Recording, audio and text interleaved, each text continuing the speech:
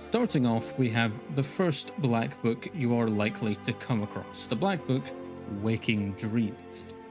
For our first discovery, we have something that was never meant to be discovered. Those of you who watched the previous video may find this familiar. Hopping over this wall near the end of the explorable area of Apocrypha, we can find two containers. Yes, much like the chests in the boneyard of the Soul Cairn, we can find two completely inaccessible chests. Why are these here? Was there ever a plan to be able to access these, or are we viewing the relics of game development? Perhaps this is where the Bloodborne remaster is. Perhaps Titanfall 3 is in here, or Silksong, perhaps. Unfortunately, it seems we will never know. But even closer to the end of this black book, we can find this.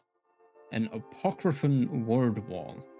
Of course, anyone who has played through this likely knows this was here, but there are some things to point out. Firstly, rather than being your traditional stone word wall, this one is written upon a giant scroll. It weirdly reminds me a lot of the Oblivion main menu, but regardless, this is, as I'm sure many of you know, one of the word walls for the dragon aspect shout.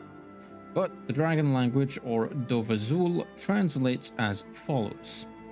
This stone commemorates Great Mirak, dragon priest of great wisdom, servant of the worm, and enemy of mankind.